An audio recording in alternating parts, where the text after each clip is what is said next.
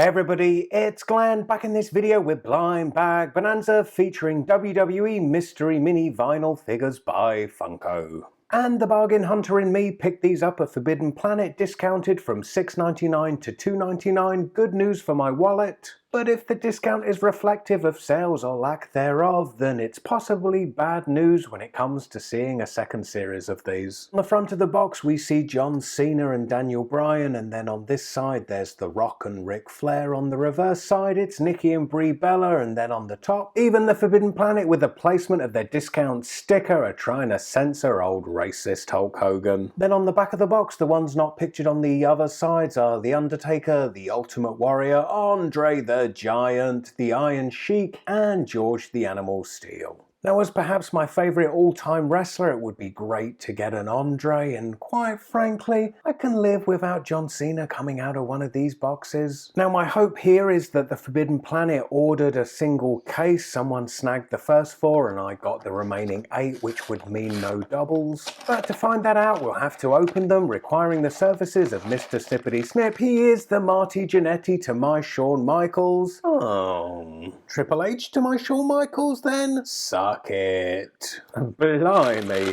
Well, if you could please do the honours. And it's Nikki Bella. We know this because of the number 2 on the chest, because she can poop but she can't flush. I kid, the number 2 isn't in fact a reference to poop, it's the number she wore on her soccer shirt at high school or college or something. Now that we have Nikki, I think it's only natural that I'd like Brie to come out of one of these boxes, but let's open our second one and see just who it is. And oh, when it comes crashing down and it hurts inside, it's only bloomin' Hulk Hogan, who Funko were able to sneak into this line just before we discovered he was a big old racist and the WWE tried to erase him from their history. Looks pretty good though, nice eye-popping colours and sculpted in his signature pose. Oh, who's next? And oh, it's time to rest in peace with The Undertaker. I think I'd have preferred more of a classic look, but hey, that's me, I'm a bit of a sucker for nostalgia. However, a detail I do like is that compared to Hogan with The Undertaker, they've gone for the black outline around his eyes. Let's stick him next to Hogan, and actually stood there, he looks a fair bit shorter than Hogan, but if you haven't guessed already, realistic proportions weren't Funko's priority here. They've gone more for the colourful cartoony style. But let's open the next one up and just see who will be the 4th combatant in this fatal 4-way, and if this is a match that's actually going to happen with the Iron Sheik joining them.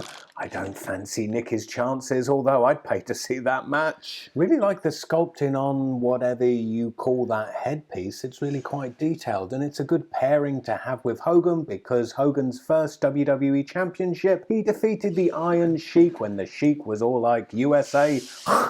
Yet in a strange twist of fate, Hogan's words of late have even made the Iron Sheik seem politically correct. Now joining them in a fatal 5-way, I guess that's a match that's never happened, and with it being Thanksgiving, I guess this can be the 5th member of this Survivor Series team. And what a weird team. Weirder still, with from parts unknown, it's the Ultimate Warrior! Ooh, he looks great. Maybe my favourite today. Perhaps the hair's a bit too blonde, but otherwise the bright colours, the face paint, the tassels, it sure is plucking at the heartstrings of nostalgia. So that's 5 down and no doubles. Seems like my hunch about these all being from the same crate was right. And in this one we have... Oh, can you smell what The Rock is cooking? Well, no, I couldn't because you were sealed in a plastic bag, but now you're free from it, I can. And there's some nice attention to detail on his tattoos there. That's kind of surprising. And then with the facial expression, they've captured the signature arched people's eyebrow. Let's leave the great one lined up so we can crack on, and there's just 2 left. I still want Andre the Giant, and then I'd like Brie to go alongside Nikki.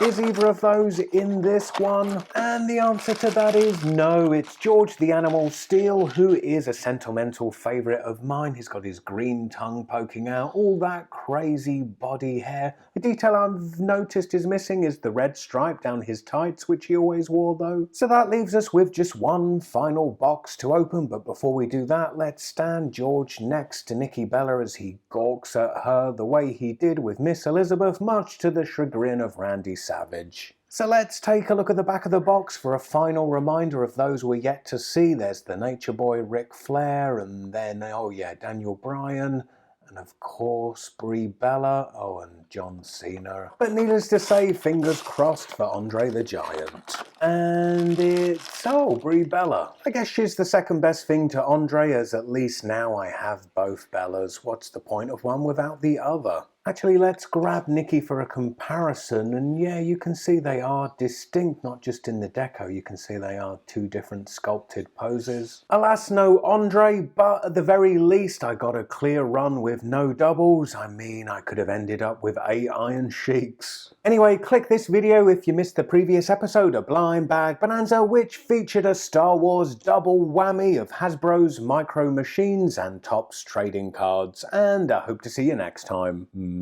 Bye.